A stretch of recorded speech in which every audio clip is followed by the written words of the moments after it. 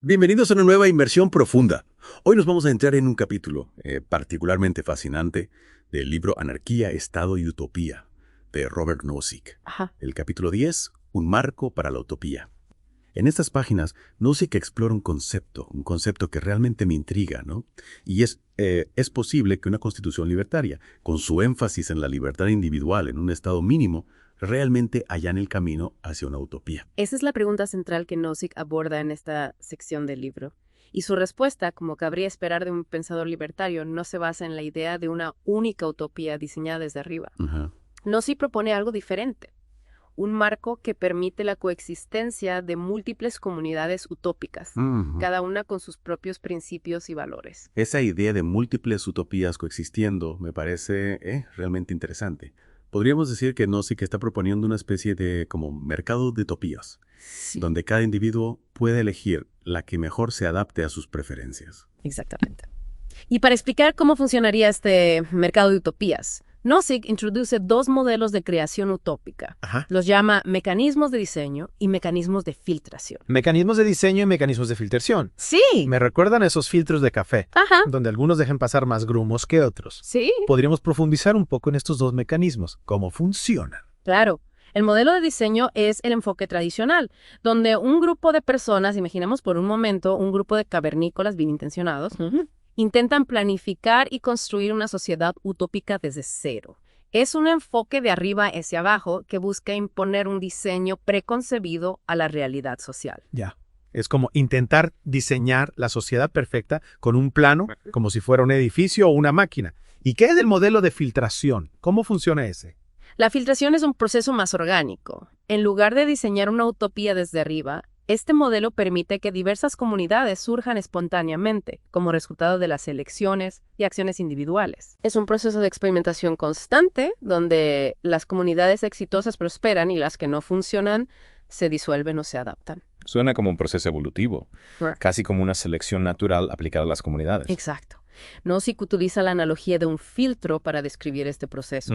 Las comunidades que satisfacen las necesidades y aspiraciones de sus miembros pasan el filtro y sobreviven, Ya. mientras que las que no lo hacen se quedan atrás. Y este modelo de filtración, a diferencia del de diseño, no presupone una única visión de la utopía. Correcto. Permite que coexistan múltiples modelos de sociedad, Ajá. cada uno con sus propias reglas y Y valores. precisamente. Y esa es la esencia del marco para la utopía de Nozick. Él argumenta que una sociedad verdaderamente utópica no es una entidad monolítica, sino un meta-utopía, un sistema que permite la coexistencia de una multitud de comunidades utópicas diversas. Es una idea fascinante. Pero ¿cómo se traduce esto en la práctica? ¿Cómo funcionaría un sistema así en el mundo real? Nozick argumenta que este marco para la utopía depende de ciertos principios fundamentales, Ajá. muchos de los cuales están presentes en el concepto de una constitución libertaria. Ahí entramos en un terreno muy interesante. ¿Podrías explicarnos cómo una constitución libertaria se relaciona con este marco utópico que Nozick propone? Por supuesto, una constitución libertaria, con su énfasis en la libertad individual, los derechos de propiedad y un Estado mínimo, podría proporcionar la base legal y política necesaria para que este metautopía funcione. Es decir, que la constitución libertaria sería como el terreno de juego, digamos, Ajá. donde se desarrollarían estas comunidades utópicas. Sí. Cada una con sus propias reglas, pero todas operando dentro de un marco legal que garantiza la libertad individual. Exacto. Y dentro de este marco, cada individuo tendría la libertad de elegir la comunidad que mejor se adapte a sus valores y aspiraciones, o incluso de crear una nueva comunidad si no encuentra ninguna que le convenza. Es un concepto que realmente invita a la reflexión. Pero, me pregunto, ¿es realmente posible que una constitución libertaria pueda garantizar el éxito de este metautopía? ¿No hay riesgos o desafíos inherentes a este modelo? Claro que sí, no es ingenuo. Él reconoce que incluso en un marco libertario ideal, la construcción de una utopía no es un proceso sencillo. Ajá. Habrá desafíos, conflictos. Y eso nos lleva a otra pregunta crucial. ¿Cómo se abordaría el tema de la justicia distributiva en este marco para la utopía? ¿No hay riesgo de que un sistema basado en la libertad individual y un Estado mínimo conduzca a una desigualdad excesiva? Esa es una pregunta fundamental que Nozick aborda con detenimiento y que merece una exploración más profunda. Ya. Pero antes de adentrarnos en este tema, creo que es importante que comprendamos a fondo cómo funcionaría este marco para la utopía en la práctica. ¿Cómo se relacionaría con una constitución libertaria y qué desafíos específicos podría enfrentar? Tienes razón. Y eso es precisamente lo que haremos en la próxima parte de nuestra inmersión profunda. Si retomamos nuestra conversación sobre el marco utópico de Nozick, recordemos que él propone un sistema donde diversas comunidades utópicas pueden coexistir y prosperar. Un metautopía, como él la llama. Y para que ese sistema funcione, una constitución libertaria sería la base ideal. Sí, quedamos en profundizar en esa conexión entre la constitución libertaria y la viabilidad de esta metautopía. Podríamos explorar cómo se traducirían los principios libertarios en la práctica dentro de este marco. Claro que sí. Imaginemos por un momento que tenemos una constitución libertaria que garantiza la libertad individual, los derechos de propiedad y un Estado mínimo. En este contexto, el Estado se limitaría a proteger los derechos individuales, asegurar el cumplimiento de los contratos y proveer la defensa nacional. Es decir, un Estado que actúa como árbitro, garantizando que las reglas del juego se cumplan, pero sin interferir en las decisiones individuales o en la organización interna de las comunidades utópicas. Exactamente. Y aquí es donde la idea del mercado de utopías cobra vida. Dentro de este marco constitucional, diferentes grupos de personas con diferentes visiones de la buena vida podrían crear sus propias comunidades utópicas. Y cada comunidad podría establecer sus propias reglas internas, sus propios sistemas económicos y sociales, siempre y cuando no violen los derechos fundamentales garantizados por la Constitución libertaria. Precisamente. Podríamos tener comunidades basadas en principios socialistas, otras con sistemas capitalistas, algunas con un enfoque religioso, otras seculares, comunidades rurales, urbanas, etc.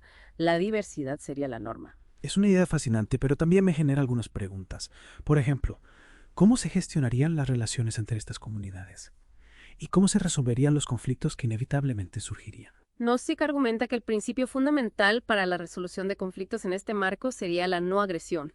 Ninguna comunidad ni el Estado tendría derecho a iniciar la fuerza contra otra comunidad o individuo. Entonces, se trataría de un sistema basado en la coexistencia pacífica y la resolución de disputas a través de medios voluntarios como la negociación o el arbitraje. Exacto. Nozick cree que en un marco libertario, las personas y las comunidades tendrían fuertes incentivos para resolver sus diferencias pacíficamente, ya que la alternativa sería la violencia y la destrucción, algo que nadie querría en una utopía. Tiene sentido. Pero ¿cómo se garantizaría que el Estado mínimo no se extralimitara en sus funciones y no intentara imponer una sola visión utópica a todas las comunidades? Esa es una preocupación legítima desde una perspectiva libertaria. Para evitarlo, la acción libertaria tendría que ser muy específica en cuanto a los poderes del Estado, limitándolos estrictamente a la protección de los derechos individuales y la provisión de algunos bienes públicos básicos, como la defensa nacional y la justicia. Es decir, la Constitución libertaria actuaría como un límite al poder del Estado, impidiendo que éste interfiera en la vida interna de las comunidades utópicas o que intente imponer una visión única de la buena vida. Exactamente. El Estado sería un garante de la libertad individual y la coexistencia pacífica, pero no un diseñador social o un planificador central. Entiendo. Pero me pregunto, ¿cómo se gestionaría la diversidad de valores y principios entre las diferentes comunidades? ¿No podría esta diversidad llevar a conflictos o incluso a la desintegración del marco utópico? Nozick reconoce que la diversidad de valores y principios puede generar tensiones, pero argumenta que un marco libertario, basado en la no agresión y la libertad individual, es la mejor manera de gestionar estas tensiones. Es decir, que en lugar de intentar imponer una uniformidad artificial, se apuesta por la libertad individual y la responsabilidad personal como mecanismos para gestionar la diversidad y promover la coexistencia pacífica. Precisamente. Y Nozick cree que esta diversidad, en lugar de ser una amenaza, es un motor de innovación social y progreso. Porque cada comunidad utópica, al experimentar con diferentes modelos de organización social y económica, puede aprender de sus propios éxitos y fracasos y también de las experiencias de las demás comunidades. Exacto. Es un proceso de aprendizaje colectivo donde la diversidad de ideas y enfoques enriquece el conjunto. Pero, ¿cómo se garantizaría la justicia social en este marco? ¿No existe el riesgo de que la libertad individual, sin ningún tipo de regulación o redistribución, conduzca a una concentración excesiva de riqueza y poder en manos de unos pocos? Esa es una pregunta crucial que nos lleva al corazón del pensamiento de Nozick sobre la justicia distributiva. Y es un tema que merece ser abordado con detenimiento. Tienes razón. Y precisamente a esa pregunta dedicaremos la próxima parte de nuestra inversión profunda. Sí, hemos estado explorando cómo una constitución libertaria podría, digamos, sentar las bases para el marco para la utopía de Nozick, donde, bueno, ya sabes, diferentes comunidades pueden coexistir. Y todo gira en torno a esa libertad individual. Pero hay una pregunta fundamental que no me puedo sacar de la cabeza. ¿Cómo encaja la justicia social en todo esto? Bueno, aquí es donde entramos en uno de los aspectos más controvertidos del pensamiento de Nozick. Él argumenta que la justicia no se trata de un resultado igualitario, sino de la justicia en el proceso, ¿no? En cómo se adquieren las posesiones. O sea que para Nozick lo importante no es quién tiene qué, sino cómo lo ha conseguido. Me cuesta un poco entender cómo eso garantiza la justicia social. Exactamente. Nozick se centra en lo que se llama justicia procedimental. Si los bienes se adquieren a través de medios justos, sin violar los derechos de nadie, entonces la distribución resultante, aunque sea desigual, se considera justa. Entonces, corrígeme si me equivoco, pero si entiendo bien, Nozick estaría en contra de cualquier tipo de redistribución forzosa de la riqueza, incluso si se hace para ayudar a los más desfavorecidos. Correcto.